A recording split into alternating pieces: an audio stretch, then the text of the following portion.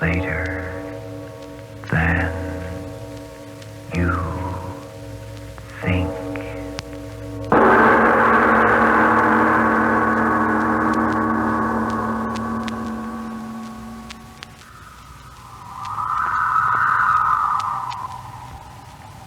The sea is very quiet.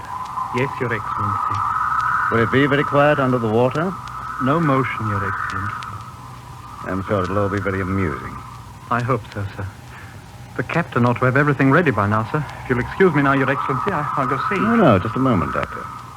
Yes, Your Excellency? You're much too impatient, my dear young friend. One of the great joys of an experience is to savor it before it happens. Yes, stay and talk to me. As you say, Your Excellency. How far under will we have to go to break the record?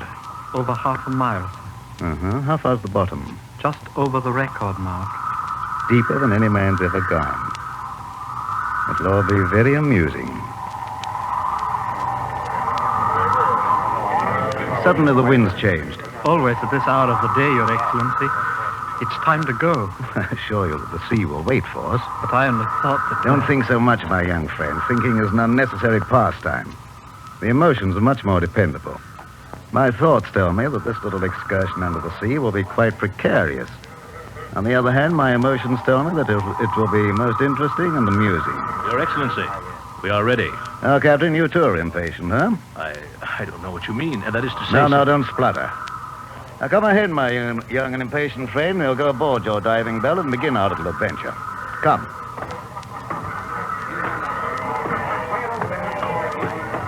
Attention!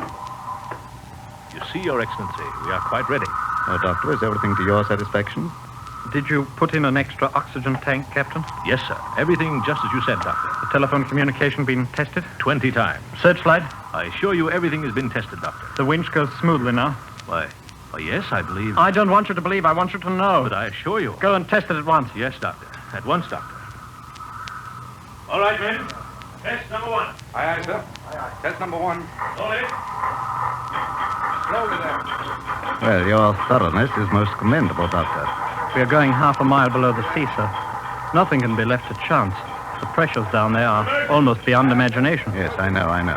Particularly on this dive, everything must be perfection. You mean the record? I mean, Your Excellency, that your life is precious to the state. Yes. The press of the world has known me only as a record breaker in the world of what they so quaintly term power politics. By nightfall, they'll herald me as a record breaker in the world of science, eh, Doctor? If all goes well, Your Excellency. If? You have doubts? No one can predict the ways of the sea. What are you talking about? You'll be quite apart from the sea inside of this steel ball, this bathysphere. Oxygen to breathe, telephones with which to communicate, lights with which to see.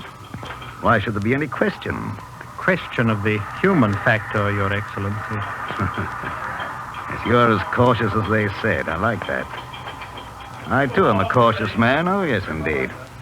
My success has been based upon determining that the unpredictable cannot occur before I, shall I say, embark upon my bold adventure.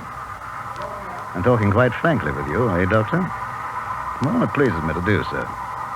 For a few hours, we'll be locked up in that steel ball. There's no reason you shouldn't know a little about your leader, is there? You honor me, sir.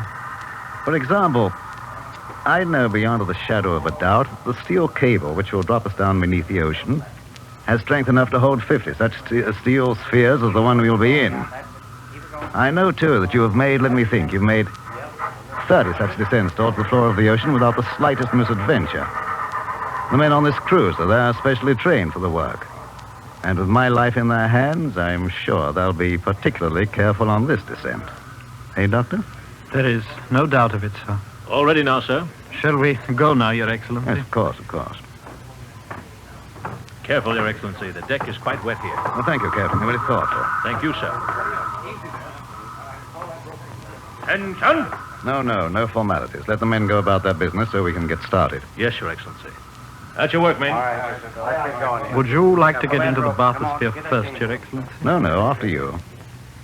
Quite a small doorway, isn't it? How fortunate we're both small, lean men, Doctor. Lean men. Caesar once said something about that sort, didn't he? I don't know much about that sort of thing, sir. Oh, I didn't imagine, sir. Get in, Doctor. I'll follow you. Yes, sir. Head first into the steel wall. Quite without dignity, eh, Captain? Shall I help you, sir? No, I'll make it all right. You ready for me, Doctor? Come ahead, sir. And careful of the bolt end, sir. Careful. That does it. You're all right, sir? Yes, of course I am. Well, what are we waiting for? Captain, Aye, sir. close her up. Aye, sir. Your ears, cover your ears, sir. Huh? The bolts and wing bolts that hold the door shut, they have to be tightened by hammering with a sledge. Cover your ears, sir.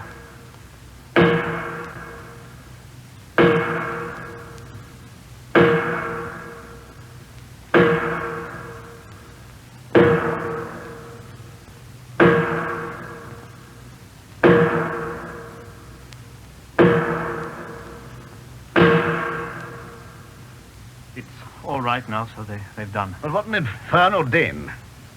Wasn't there any other way? Hammering is the only definite guarantee of a watertight seal, sir. My ears. All well in there, sir? What's that? A voice with a telephone, sir. They'll communicate with us from the deck every 3 minutes. If one of us doesn't answer within half a minute, the orders are to pull us up. An excellent safety precaution. Yes, indeed. All well in there, Doctor? All well. We're moving. Yes. Lifting us out to the end of the boom, and then down we go. Look, sir, you can see the deck down there through the windows. Glass so clear. Clearest in the world. Quartz glass to stand the pressure. Letting us down in the water, aren't they? Yes, sir, in a moment.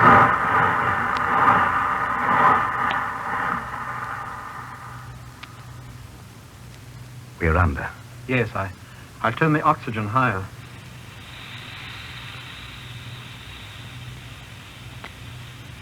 The light. So green. Yes. Soon it'll be blue. Then a darker blue until at around 2,000 feet we'll be in a darkness that goes beyond dark. Complete, eternal night.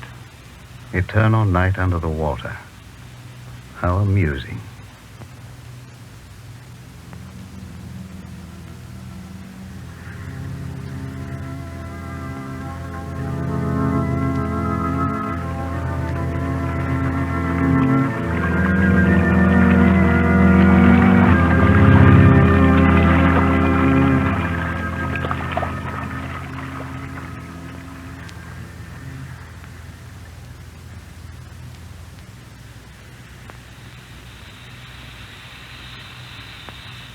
All well down there, sir? All well. How far down are we? About 1,100 feet, sir. It's hard to believe it. There is almost a quarter of a mile of water crushing down upon us. The word crushing is most inappropriate at this time, my young friend. My apologies, Your Excellency. I've been watching the water. You said it would be as night. Yet it isn't black, it's blue. Strangest blue. A few more 100 feet and there will be no more color in the water, sir. The light out there. What? I can't quite make it out, sir. Perhaps some sort of a luminous plankton. It's amusing. The fishes carrying along their own electric plants. The dark's alive with them, sir. Oh, look, sir. What? That small flat fish.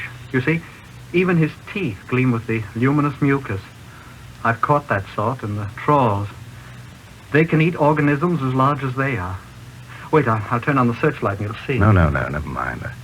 I didn't come under the sea out of any interest in those bits of fish. As you say, sir. They light up like a train in the dark. Or would the portholes of a boat be a more appropriate figure of speech? Well, seen one, seen them all. All well down there, sir? All well. How far down now? Ask him. How far? 1,350 feet. Right. You make good time, huh? Yes, sir. They lower us very quickly, sir. A 6-foot ball containing a very earnest young man and the leader of the state. Headed for... What should we say, Doctor? A new record, sir. Is that as far as your imagination carries you? At the moment, I cannot say, Your Excellency. Well, perhaps when we reach the end of the cable, we'll discuss life and death very profoundly, eh, my friend? Philosophy under the sea. Yes.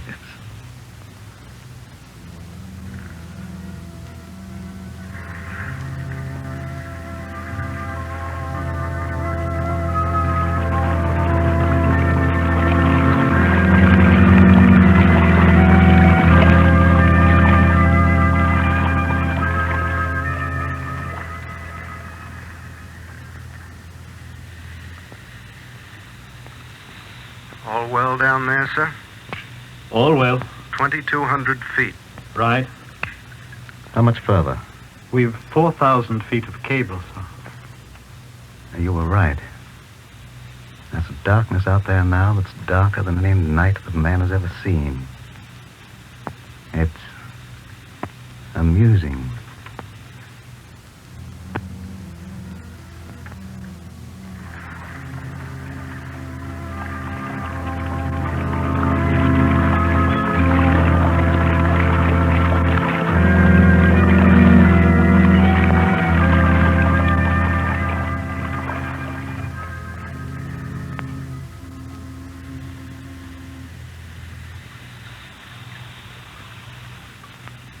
All well down there, sir? All well. 2,800 feet, sir.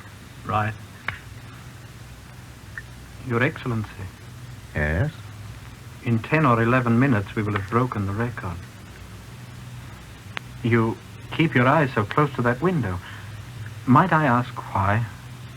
I thought I saw something out there. What, sir? Something huge. It gave off a pale green light and then was gone so quickly I'm not quite sure. I'll turn on the searchlight. No. No, this infernal darkness amuses me. Tell me, Doctor, in your other trips, have you seen anything out there? Oh, vague, huge, you know what I mean. Yes, sir. Several times. Well, Shadowy and indistinct. I couldn't say what, sir. can't you guess? I have no answers. All well down there, sir? Oh, tell him yes, and stop annoying us. All well, and don't Captain's bother. compliments, sir. You've reached 3,028 feet, sir. That was Beebe's record. Huh? The old one. 3,030, Broken it. 3,100, Doctor, that's quite enough. 3,150, Doctor, did you hear me? Broken the record on a few feet to spare. Order them to hold us up. 3,200. Doctor, you out of your head? I gave you orders. Have them pull us up. I've had enough of this. I tell you that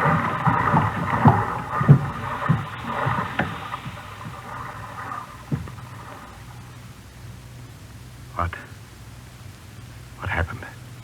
Happened? We just landed at the bottom of the sea, that's all. Why did you ignore my orders? I said to go up. What are you doing now? What was that lever that you threw? Answer me. Yes, I'll answer. Haven't you forgotten something, Doctor? What? To say, sir, Your Excellency. Excellency?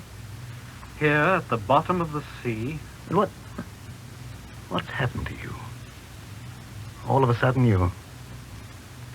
the excitement of creating a new record, a little too much for you, eh, my young friend? Well, it's understandable.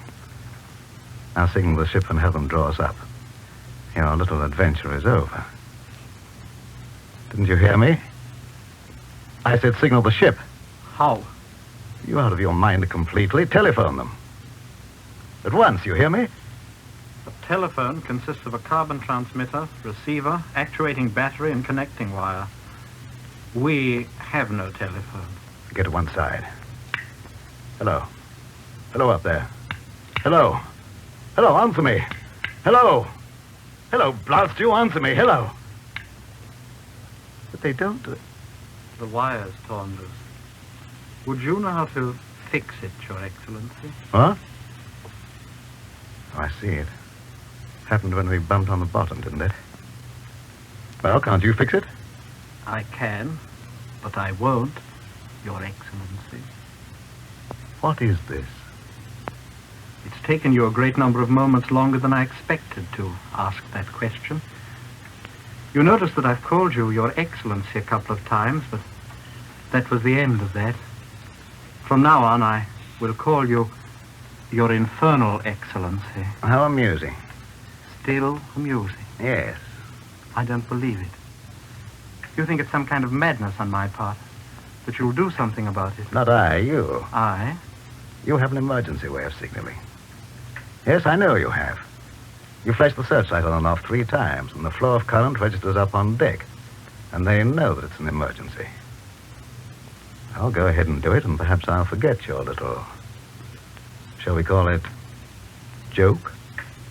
I am quite content to stay down here. Turn on the searchlight. All right, I'll do it myself. Why waste your time? You've so little of it left. What do you mean by that? The searchlight, too, is disconnected. Why? There is no need of it. It will be best to die in the dark. Die? Yes. This is impossible. I investigated you, your record, your family, your associates. Clearest record in the state. You have no reason or the will to kill me. Kill me? It's really funny. A young, empty-headed fool kill me. It's very amusing. You'll be afraid soon. Is it possible that you've forgotten the final emergency signal, you fool? Yes, I said signal. The signal of silence. I'll try the telephone as scheduled, and when we don't answer, they'll pull us up. Have you forgotten that? It's been more than 3 minutes since the last signal. If what you say is true, why aren't we moving? We are. For all I know, we are. Are we? The darkness, who can tell if there's an upward motion? You know we're motionless. As quiet as in a tomb. Appropriate, that. And we'll stay here. I know that. Huh? That lever up on the roof that I pulled. Well? It threw the end of the steel cable free. Yes, severed the cord between ourselves and the ship and the world. No. We are here, Your Infernal Excellency. Down here to stay. No. You lie. I don't believe you. They'll pull us up. The telephone, here. Here, you up there, listen. Get me up. Get me up. You up there, hear me. It's your leader. Get me out of here. Get me out of here. You hear me? Get me out of here. Out of here. Out of here. Unbelievable. Oxygen left for another hour, and it takes you 10 precious minutes of your precious life to believe. You do believe you're going to die now, don't you? But I was sure nothing could happen. Every detail of the machinery. The record of every member of the crew. And I was one of those who was perfectly harmless, eh? Yes, your past. Since a boy trained in the schools of the state. Your father an official. Why do you do this to me? Why? Your ego is so great that even now, knowing you're going to die here with me, you're less concerned with death than you are with knowing wherein you failed. Answer me, why do you do this? You were trained in my schools, brought up to think the way you should think. Who up there made you do this thing, and why? It will be a slow death, as slow as the death of my country. Answer me, who and why? Your mouth will bite for air, and there won't be enough to let you live, and yet there'll be enough so that you won't quite die. You'll tell me you will. Your lungs will reach up through your mouth, a breath of air, just another. There won't be another.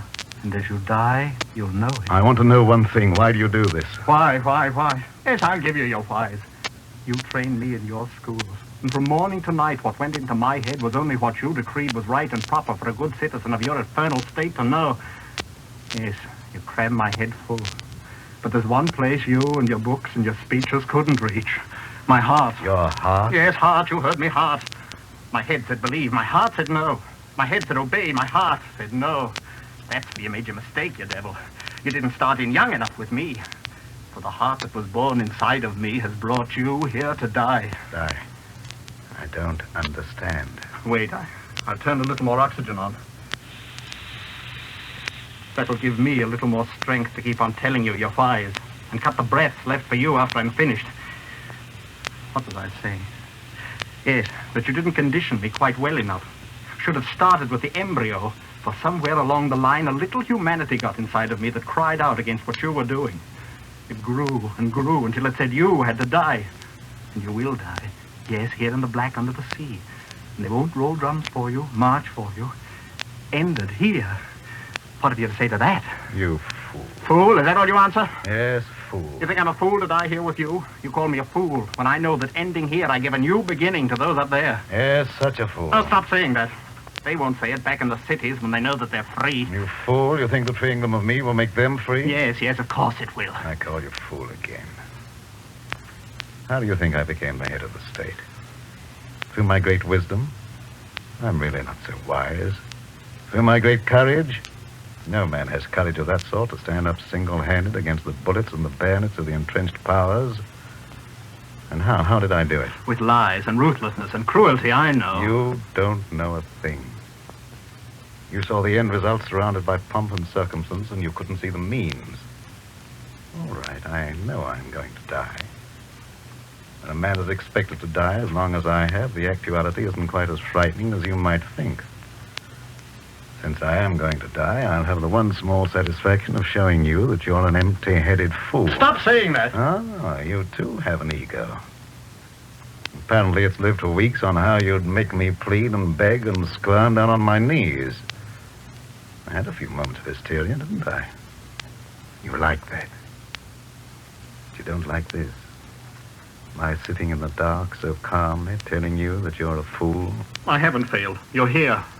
You failed because if you're killing me and yourself to give them back their freedom, whatever that word means, you're dying quite in vain. You're saying that because you think... No, don't talk. Listen to me. I'll tell you where you failed. I came into power not alone through my own strength, but because the conditions of our country were such that other men sitting on their wealth came to the decision that I alone could keep them there. But it was you... I tell you, listen. When an ancient rule of privilege is threatened, it seeks to live no matter what the cost. The cost to them was me, and they found me worth it. For I threw to the mass none of the wealth they'd worked to build, but only fighting phrases of prejudice and hate that cost the men who made me nothing but the rent of the halls for the simple to hear my opiates. And so I call you fool. Fool to die and fool to kill me. For the conditions that made me will still exist when I'm dead. You free them of me. But what of hunger? What of ruthless exploitation? These will still be free up there to put hate and desperation into men. And so the ones who gave me power will find a new leader to stop the rumblings of rebellion with all the tricks that I taught them. A new leader. You hear me, fool? A new leader. No, it isn't true. It can't be true. So dark. If I could see your face, to see the fool discovering he's a fool. They will be free. They will. What magic do you think will come into the air when I'm dead? Will men forget their greed and say, oh, we've quite enough. That's enough for everyone. Let each share according to his needs. No, fool. With me or without me, the game will be played just as it always has been played. And so you're a fool and die like one. Well, what could I have done? I had to do something. I'll tell you what you could have done. You could have done the one thing that would have in time helped destroy not only me, but those who made me. You could have gone to the people. What? Yes, walked among them, worked among them, and at every chance whispered to them the things I kept from them. A noose would have been around your neck every time you opened up your mouth. And yet, in that talking of liberty and freedom and common decency and all the rest of that sort of thing, there'd have been far more meaning than in this futile murdering of me. I've had them hunted down and shot, each of those who dared to whisper among the people. But as they died, I didn't call them fools, because I knew that they were wise. That only through the will to live and do of the great bludgeoning mass of their people was their hope of making that new world they wanted. Oh, why have I bothered talking? The air's thick. I'm tired. Hand me something heavy, fool. Why? Why? More explanations? All right, the last one. You think I'm going to sit here and wait and count my every breath until the dark's crawling with horrors and I'm No. I'll end it now, quickly. Yes, faster than a bullet shot. Give me something heavy, I tell you. I'll smash the glass. The water, tons of it, smashing in. I'll be dead, faster than the thought, and that'll end it. Give me something to smash the glass, or I'll... There, sir? All well down there, sir?